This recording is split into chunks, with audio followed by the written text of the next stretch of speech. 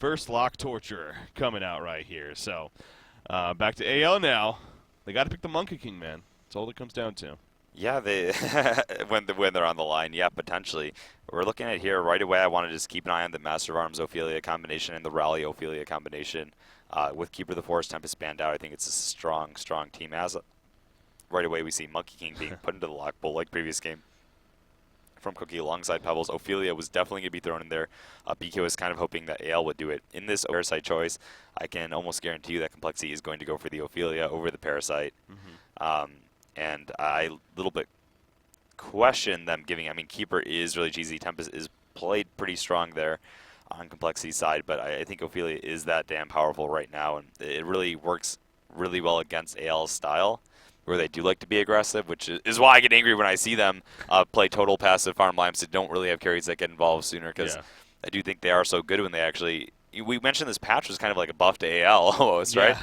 And then kind of allowed Complexity to draft a lineup which counters that. But yeah, curious to see here. Ophelia, I'm expecting to be drafted by Complexity first thing. They're taking out other major burst heroes that they don't want to get cheesed by, like that Deadwood. Master of Arms is being banned out, so that tells me that Cookies knows that they're going to be picking up that Ophelia first. Beacon takes out that Rally, knowing that if he, well, I don't know, he could have grabbed Rally. He did have first pick, but an NG's banned out here, so he's not going to get the NG Flux. So, I can't say I necessarily agree with Beacon banning out Rally. I think his first pick, that hero is still, in my book, on the Ultra God tier. I think he's just so versatile, so he can lane him anywhere you want. As I talk about laning flexibility, he's just really powerful across the board. So I don't agree with that Rally lockout. Engineer, no Flux engine combination coming out. So Trelf, as I mentioned before, has been noted to run the Kraken a bit lately. Curious to see if they will be utilizing it or if they just figured it didn't pay off as much as they would have liked. Yeah. I'm actually looking at previous games that he's played Wretched Hag a bit here. Where's Wretched Hag on this board? He is still there. Yeah, Wretched Hag is always a solid option. Tundra is also on the board, and it was previously banned out by AL, fearing Complexity from picking it up. And well, if AL doesn't pick it up, like, let's keep an eye on Complexity here, man. They very well could do it. Yeah, seeing him left open. So BK gonna definitely put some thought here into this first pick as usual when it comes down to it. But the Wretched Hag is definitely one I'm eyeing. That seems like she could be a very solid first pick option here. Of course, Tundra gives away a little bit as to your lane assignments, I suppose so. Yeah. Other than that, of course, it's just maybe feeling different. There's always many other options out there, especially with the big patch. And yeah, we've seen Complexity. Okay, Bubbles over Wretched Hag. I actually think Bubbles is a bit stronger across the board. Is able to do more with less. So Bubbles being picked up. I mean, Trelf's been playing a bit of the hard carry role a little bit late for them too, with that Mage Bane with the Yogi and heroes like that. So curious to see if they'll make an appearance. The Yogi. The Yogi. I mean, that's too soon. Don't bring that up to Complexity. Too soon. Yeah, their first pick here, and with Mage Bane still on the board, I wouldn't expect to see that showing. Not again. Not after. Yeah. That's too soon. But yeah. Yeah. So. Nomad has been played by Mookies quite a bit lately. When the Dark Lady hasn't really panned out, we've seen them fall back on something potentially like a Nomad pick. And Zephyr, he did get banned out actually by the by BKid. So I was gonna say Zephyr also by Absolute Legends is also a strong force with that King Plato. Thinking about it here. Their first two pickups down to 25 seconds of extra time already. I mean, Witch Slayer is also frequently played by AL. I don't think they would draft it right away here, but they might, and they've had pretty good success with that, plus a hard carry. The Witch Slayer for the lockdown is pretty good against the Bubbles, too, if you need that lockdown to be able to kill him. Yeah, Pandemonium. That is a very good sight there. There's the Aluna pick. 5 more seconds. Ooh, Devour coming out here from AL. So. I don't know if I like it. I mean, I do like it, but I don't know if I like it. So like far, pick, all you see right now is against the Bubbles. They have a lot of time to respond to it. They don't have an engineer, which I thought was a really cheesy way to make sure that the Devourer hook wasn't really punished, because you'd hook him to your team in a case like how Lions was running that Devo NG, and then all of a sudden they were punished because they attempted follow-up to try to save the guy. The engineer ulti came out, so there was a lot of defensive posturing combined with even sometimes a rally. So not having that here, I'm not as big of a fan of it. He did get a buff, though, obviously, with tablets no longer being able to counter him. And it is a fun pick. I'm just A bit dicey, so yeah. Ooh, there we go. It's getting interesting here in game number 2. They better not pick Gracious, up a melee Kraken carry. They coming better up. not pick up a melee carry here. One of the things is, say Devo hooks somebody and the melee carrier tries to get involved, that's when Kraken, with that Whirlpool, can Cause really, issues, yeah. really cause issues. I mean, it really screws over them. So We'll see. We'll see if they do or not. I mean, you look at that lock pool board as well. There's a good amount of spread potential from jungles to support to carry option even. I mean, of course, with something like that Monkey King. yeah, So. you've got to assume that the Ophelia is coming out here 100% for complexity. We talked about the Wretched Hag on the board. They are going to go with it. I'm going to have to... See how things shape up here when it comes down to it. But I guess... No, see, they have the support for Devo. They could opt to not go with Parasite here and just run the dual lanes, get something like the Tort plus a hero like Pebbles or Monkey King, I suppose. And looking at Cookies, maybe wanting to play more of the impact role to see who's actually going to play the Devo in the end. Otherwise, do expect to see the Parasite again. Yeah, okay, so they are going to go with it and going to go for the Pebbles over there. So just they want to kind of smash the lineup.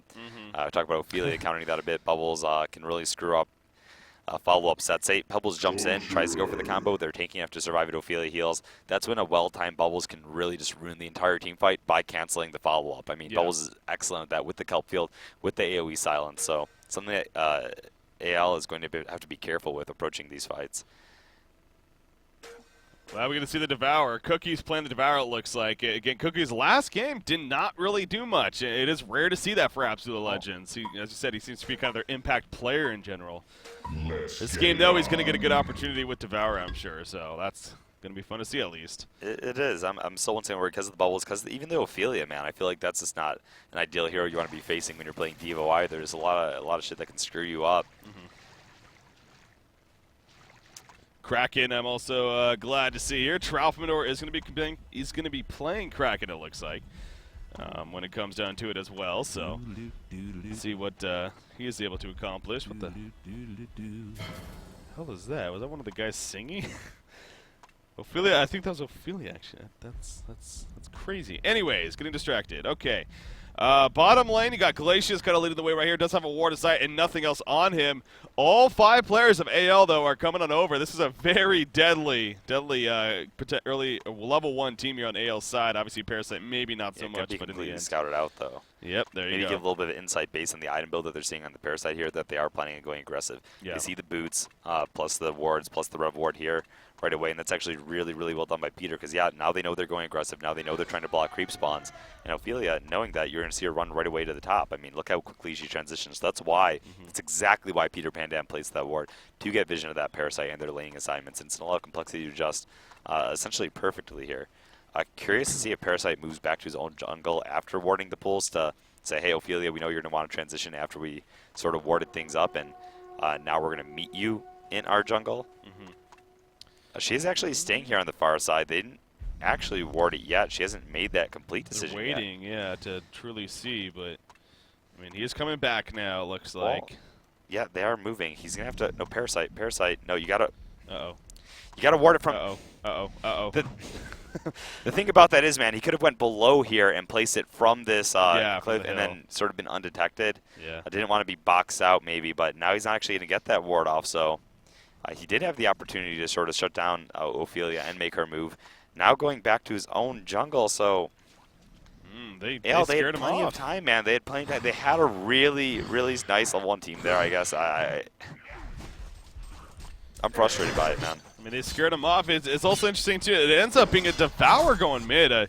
So Devour, is Devour going to be mid here? It's a 1v1 Devour versus Kraken. Kraken's phenomenal. I would imagine, yeah. He has a getaway. He has excellent melee range presence with that splash. You do see Parasite right here. Going to try to counter ward, but at what cost right here, actually? Going to get frozen early. He takes over the Minotaur right before he gets stomped. So good timing right there.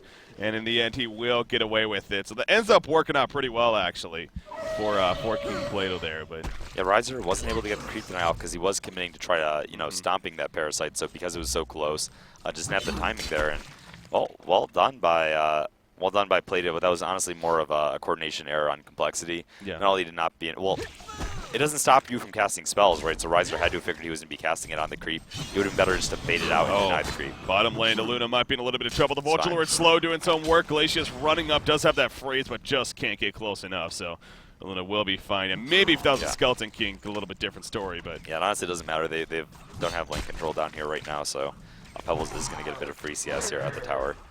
Not going for that creep kill, unfortunately, but...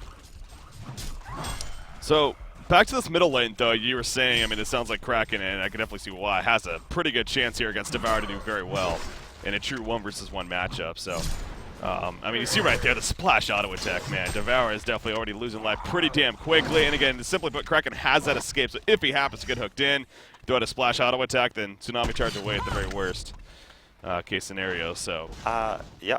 Another thing is, we didn't really touch on it, but the reason they chose Glacius as their support when there are so many other powerful supports that people are choosing to favor lately is because there was, we looked at the lock pool, there was the Ophelia and Parasite sort of face-off, and they know that when you're facing aggressive jungles, Glacius is one of the best at dealing with it. I'm actually not of the opinion that Glacius completely shuts down the Parasite. Yes, it can freeze the creep, but you are consuming her mana that way, and then once you hit level 6, you can't really freeze a Parasite unless it's after he's ulted, because he'll transfer that debuff to someone, so I actually don't believe that Glacius is that incredibly strong against a Parasite. He's in it. Ooh, and you actually saw how he auto-attacked the creep there. It made it so that as he was leaping into it, he wouldn't be able to deny the Catman champion. So going to get frozen here, but it doesn't... See, it's like, what does it matter? He still gets the experience for it. Still occupying some of Glacius' time. No, he's not ganking, but I don't really think it changes things up that much. Ooh, interesting plays here in the middle lane. Double damage activated by Devour, and actually Digga Tralfamador to kind of fall off a little bit right there. So needing to be careful, of course. Top lane, Bubbles and Wretched Hag seems like they're having a pretty good time. Haven't really talked about this lane too much yet, but Hag so far 11-4, Bubbles 13-5, but definitely a lot of back and forth as far as the attacks and whatnot go at that top matchup. So all 3 lanes seems like they're having a decent amount of action here, honestly. To get things started off in this game. Obviously no kills just yet, 3.5 minutes in, just over that, but the potential is most certainly there. Yeah, Glacius trying to move up, not really able to set anything up yet. Presence playing really carefully. He needs to back up here. They have lane control. Oh, he's going to be hooked in. Tralfamador trying to get away. Use that Tsunami Charge. The leech comes out, but it just won't be enough. So as we're talking about, though, that Tsunami Charge able to help him get away in the end. He will be fine, so... But Parasite is still attempting, nonetheless. He's low on money. He wants to try to make something happen here. If he gets screwed over, though, on this creep beat, he's going to be in trouble. Going to be able to grab that Skeleton, though, so they're not getting the scout. I'm trying to see if, plus he doesn't have any wards in there on what to sort of see what he's up to, so. And Plato does have his ward of sight to sort of scout things out. Is actually trying to... Okay, he actually killed the Minotaur, too. I mean, Plato's doing a fantastic job down here, man. Glacius is invis, so he's in a bit of a bad position. He's going to have to eat the creep and has no mana to nuke and get away here. Torture chasing. You see the Nature's Wrath comes out, Impalement used. Chain reactions not even necessary. Top lane, actually. Moomiander gets the Bloodlust kill just before that. So just like that, 2-0. Hero kill start in favor of Complexity. Obviously watching the Parasite action, but Moomiander didn't even need Kelpfield, it looks like. Just simply got to Wretched Hag, and I know that they've been constantly going back and forth, so maybe Hag also just overstepped his boundaries a little bit too much, and Moomiander took advantage, so.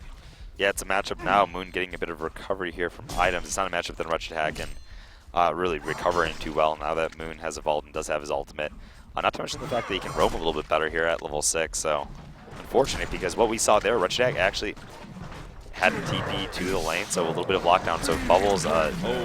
Very nice hook, actually, from Cookies. Kraken is in somewhat of an awkward spot. Out comes a release. The Kraken gonna barely keep him out of range. And yes, Tralfamador will be fine, or will he? Devour is still changing, does have the boost. The rot is up, but no, he's not going to be able to find Tralfamador going the correct way. He does have another hook coming up right here with the bottle charges. Nope, he doesn't actually. Not enough mana, and now he's going to have to start running away. So, but I love the positioning from Cookies right there with the where he hooked him. He hooked him right in this crevice here. So even with that Tsunami Charge, it made it very difficult. Get screwed again. Nope. He was trying to actually dodge the Sonar Scream. If he actually managed to dodge it at that point and did a counter kelp field, the Wretched Hag very likely would have died again. So not finding the angle that he wanted there on Bubbles, but still with those steam boots versus Wretched Hag having nothing of the sort.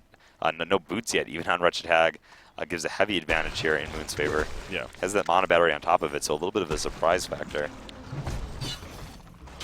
I love the positioning, though, from Cookies once again. I mean, again, you just think about Kraken having that getaway, but yeah, if you put him in that position like that with the cliff in the way, then definitely cause issues. But look at that. Kraken throws out the torrent, excuse me, with the splash attack on top of that, just like that. Devour dropping below half life even. Ooh, bottom lane, a big initiation coming out. Poor man's Mookie going to be used on Torture. Pebbles says, get off me, bro, Mookie. So will end up falling in the end. Ophelia, Glacius, and Torture, just too much lockdown, especially with the Minotaur from Ophelia. Gets the kill coming out. Bubbles able to shell surf away in time before Parasite can connect. He's just not level 6. If he was level 6 there, different story most likely. But Bubbles does get away. And Complexity continues this pretty solid early 3-0 lead here. Oh, yeah. Chain Reactions hits the Luna. Actually, the Luna's not going to fall. He's got the kill. Wow. Beacon catches him. Yeah, well played. I mean, it seems like AL's is falling apart here, but they need to try to make something unpredictable happen. I mean, Moon, let's see him. He's sitting on his port. Let's see if he's going to use it to go back top or whether he's going to save it in case AL tries to do anything sneaky. Bubbles will so heavily punish him at this point, so I'd like to see him keep his port up, and he actually is going to do just that. So great job sneaking out of the middle lane. Devour has to be careful. We see Kraken there. We see Ophelia shaping up and getting nearby, and there's no wards in the bottom river. The Minotaur is looking like he wants to go middle lane with it, and he has the Illusion Rune, something else that can tank the tower, but not going to go for it. Probably figures that Kraken and Bubbles here alone can probably take care of this Devo, but they do have an Aluna sitting behind him. Yeah. And he's actually rotating again towards the middle. Nothing's scouting it out. Comes out. Slug of the Sea going to be used. There's a stun, though. Devour trying to use his ultimate right there, but the release. The Kraken will stop it in place. Skeleton King Ned coming in from Parasite. The facing on top of that. Going for the counter kill at the very least. Kraken, one more on attack. Oh, the Tsunami charge away. He'll be fine for now. Aluna's already taken out. Parasite not going to chase anymore. He's realized that he's in trouble, and he will too fall. Absolute Legends is just absolutely falling apart. 8 minutes into this game, a 7-0 hero kill lead, 3,500 goal lead. But again, especially when you look at the lineups here, and you look at how AL was really banking on getting off to a good start here, it ain't happening here. This is unfortunate for them. I actually really disagree with the Wretched Hag pick looking back at it, because they knew the Bubbles was going to be a suicide hero, more than likely, just based on the earlier drafts coming up from Complexity. And Wretched Hag versus the Bubbles, I mean, unless there's like a case of severe pulled regen, well-played Bubbles is always going to be able to do fairly well in that lane. Assuming equal skill, equal play in that game, not equal skill, but equal play in that game. Sometimes even the best of players mess up. So they really had no lane really heavily skewed in their advantage. Yeah. And I thought the one thing that could have changed that was really sound ward placement early on for this Parasite, but they really didn't go ahead and do that. I mean, as far as the warding the far camp for Ophelia and forcing her into their own woods. So yeah, nothing really in their favor. Luna's punished here again, man. And okay, Pebbles running in, but that's actually. I mean, they killed Glacius. I don't like to do this, man, but I'm going to call it for AL. I'm going to be calling it for AL here pretty early. They're not playing with the fire they needed. They didn't approach the game plan. You can tell they're just trying to make something happen. They're defeating themselves at this point, man. Today is not their day. And I talked about the reason I'm calling it is because in an even game, I talked about with compositionally, lineup versus lineup, I didn't actually favor AL's lineup. I mean, I said that at the beginning. So now the fact that they didn't do what they needed to do and sort of apply that early aggression and get that gank squad going, it's... I think we just saw right there, too. I mean, even with him saying got him in the end, it's clear that AL is in a mindset right now of, yeah, this is probably just going to be a 15-minute game, honestly. And we'll just have fun with it until that point. But I'm frustrated because I was expecting it serious, especially with how Game 1 sort of started out. And I know AL has that potential. Complexity might get cocky, though. They are trying to make a play happen. But you see right there, it's just so easy for them to get away. They have that Bubbles. They have that Kraken. So very easy to get away from potential pursuit. I like the fact that they drafted Glacius again, actually. Not only, I mean, I said it isn't necessarily the most potent. It is good at counter jungling, but also provides a lot of lockdown when you're looking at a hero like Ophelia that needs to catch up. Has one of the longest range sort of initiates for support hero in that potential to 1100 range with the Thunderblast. So yeah. But you could tell. I mean, not saying that's 110% by any means, but it's just. Yep. No, you're the one to shut me up when I'm like, dude, it's over. You're like, don't say that. No, I agree with you, definitely. I mean, you see right there, he just hooked a creep on purpose, I'm pretty sure, just to get the... I mean, that is... I mean, he has the... Yeah, it is pretty clear, though. I mean, it goes back to the lineup. It just goes back to, you can kind of tell the way that they're playing right now.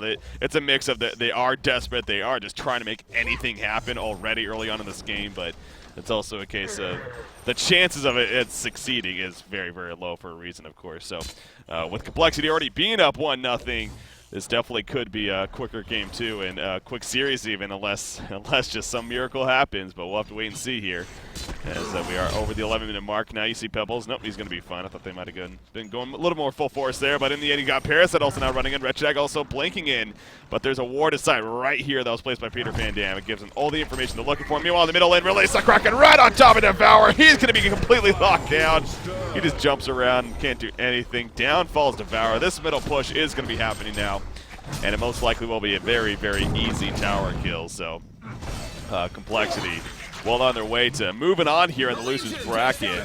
However, bottom lane Bat Blast, it only hits Glacius and somehow missed Torch despite being right next to him. Glacius is going to live. The Impalement's doing so much work here. B-Kid picks up the kill. He is an ultimate warrior now, according to the announcer. Shell Surf in. Song of the Sea, Calfield takes out, Parasite right there. Pebbles will fall on top of that. Aluna gets caught with the chain reactions. He too will fall. A near genocide coming out, and if it wasn't obvious already, I think it's definitely obvious now. It's a massacre. It is indeed. So now I will say, especially if obviously we'll wait for this to officially finish, but the other series is going on too, Lions versus Justice League, and I think it's safe to say we'll be jumping into that one as long as it still is. With that said, I'm totally. I assume it's still in game number 2. Oh yeah, it's actually a fantastic game at that. So yeah, so we'll jump into that one once this is official here. It is, but. I'm not even going to tell you how the game's progressing. Yeah, let's just we'll give it a surprise there. Keep it cool when we actually get into it. I just saw a Lex Talionis purchase. Yeah, Moomiator picking up the Lex Talionis here, obviously, again, because of the circumstances. You're going to start seeing more fun items like that, perhaps. Not that it's a bad item by any means. I mean, hell, you have the farm on Bubbles in this case. Use a lot of them to just absolutely tear them apart. Bat Blast is down. They can't make an approach happen if they wanted to. Pebbles was gimped right away, and it's like they had any other. I mean, they could have done a suicide Wretched Hack potentially, and lane against the Bubbles. Honestly, given the lineup, and given the fact that Wretched Hack isn't even that great against the Bubbles, I mean, you do see Wretched Hacks dominate that matchup with Cold Region. I've said it before, but it's not something you can really count on. If they had a dual lane, I really just, this fight's going on, but they're just on the run here. They're getting chased down. Break Yell is handed over to you.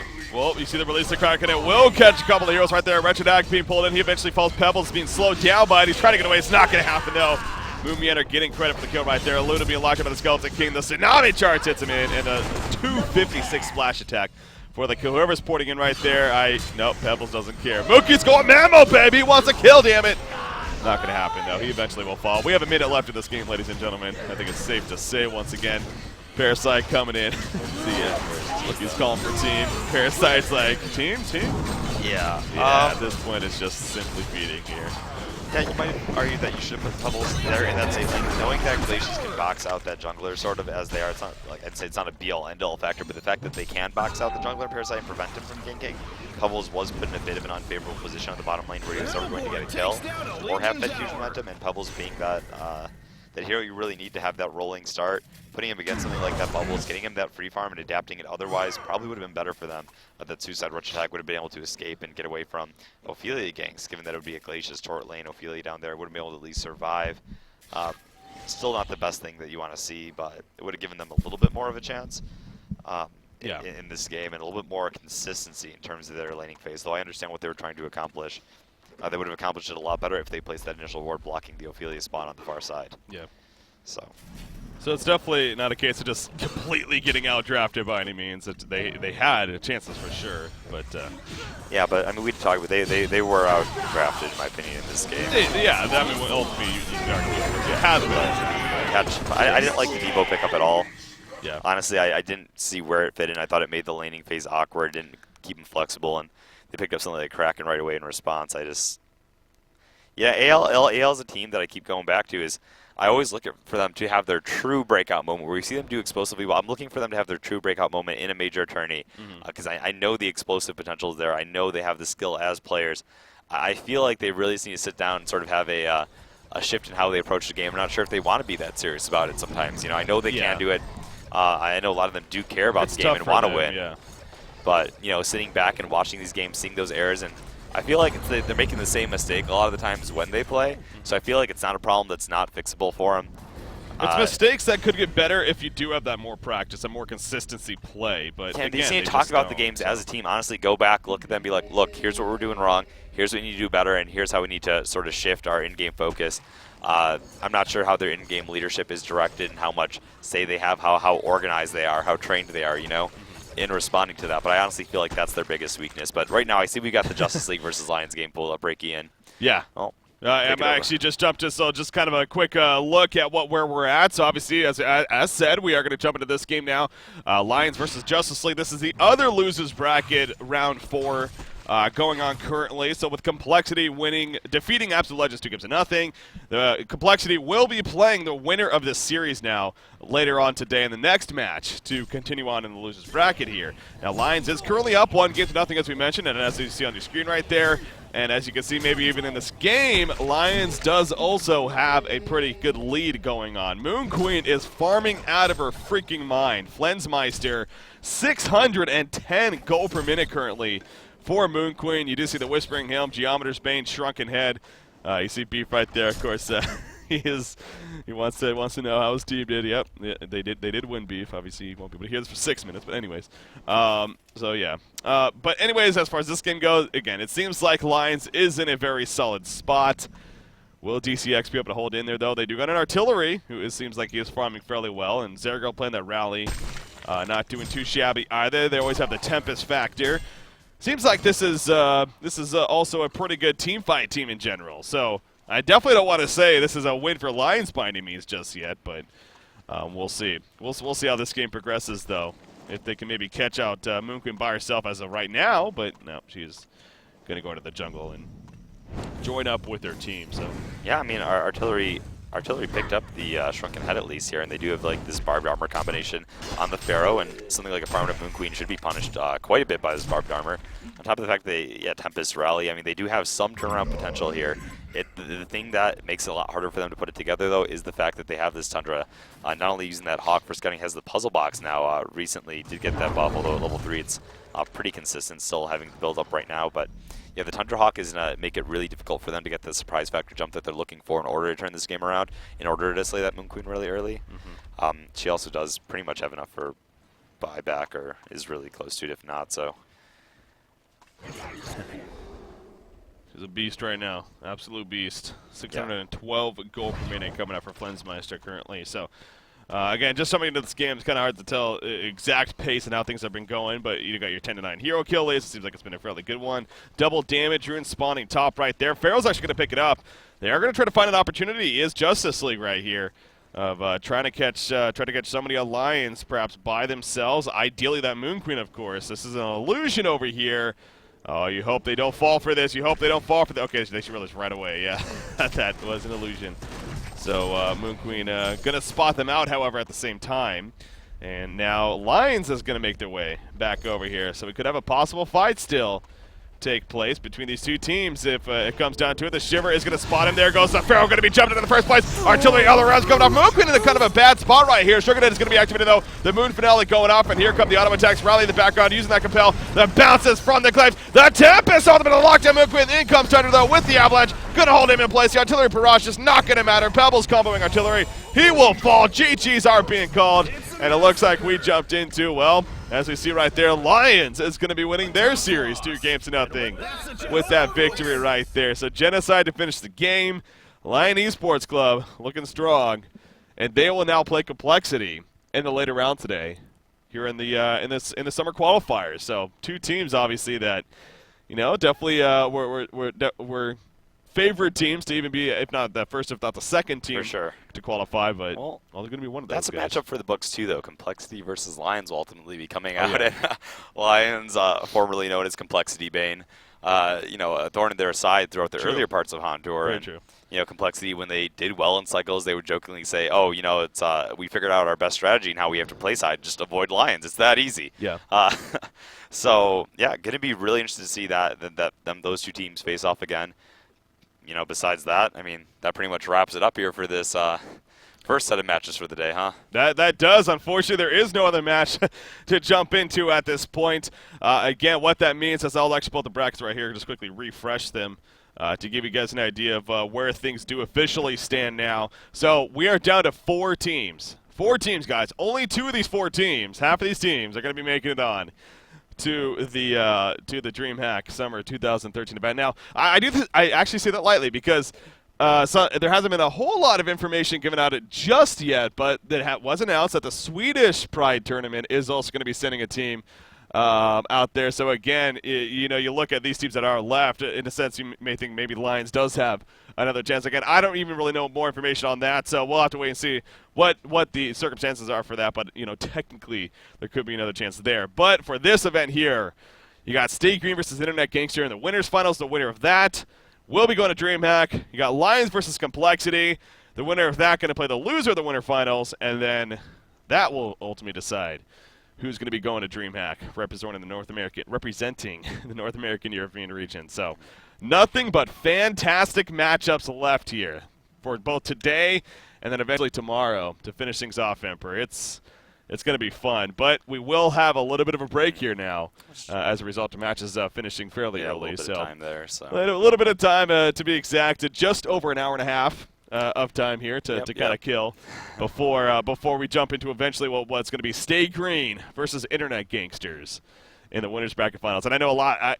I want to see that one for so many reasons, man. Mainly because Stay Green, yes, they're a dominating team. There's no denying that, but I want to see at least a game lost. Well, man. I was want to say see a I team actually take watched something off Stay of them. Green. I get excited for every matchup, period, just because I love casting in the first place. But I get more excited for now, which is funny because when Stay Green was making their climb, I used to be like excited to see them get to the top. I'm like, oh, they're upsetting these teams. They're making this happen. Slick's joining. They're making all these good. I like how they're playing aggressively. And now I watch Stay Green. I still have immense respect for them as a team, but I watch for them waiting for that moment where someone's finally going to take a game off of them. Yeah. You know, not like rooting for them to lose by means. I'm actually like, I'm sitting there waiting, being like, hey, someone has to topple this giant. It's a good storyline. Who will finally break their curse? And if they finally manage to take a single game off of them, will they be able to take a set? Yeah. You know, it's not just been sets that they've been losing. They've won every single game. They have not dropped a game in a long time, Breaky. So, yeah, I mean, hey, we'll have to see what happens. It's up there, you know, with streaks like Fnatic winning 4 DreamHacks in a row. It's definitely up there with some of the greatest moments in competitive FON history as far as the streak that Stay Green currently has going as far as individual games won even. So will Internet Gangsters be that team to finally even take a game, if not even a series off of them? Hey, it's possible. It honestly is. We'll have to see, though, later on today, about an hour and a half from now, pretty much. We will be setting up coverage to start for that series and see what happens. But once again, we are going to be taking a break right here. We will keep the stream up. We're just going to play some videos, you know, play some music for you guys, if anything, and eventually may come back on as well with some pregame interviews for that next series. But for now, for the next hour plus, you know, just videos, music, whatnot, just enjoy it. Go grab your lunch or dinner, whatever time it is for you. Take a little bit of a break right here. But definitely make it back. To be specific, 12:30 p.m. Pacific, 3:30 p.m. Eastern, 21:30 Central European Time is when Stay Green versus Internet Gangsters is set to take place. So, for myself, Breaker CBK Emperor, we'll see you in about an hour and a half from now, ladies and gentlemen. Until then, have a good time. We'll be back.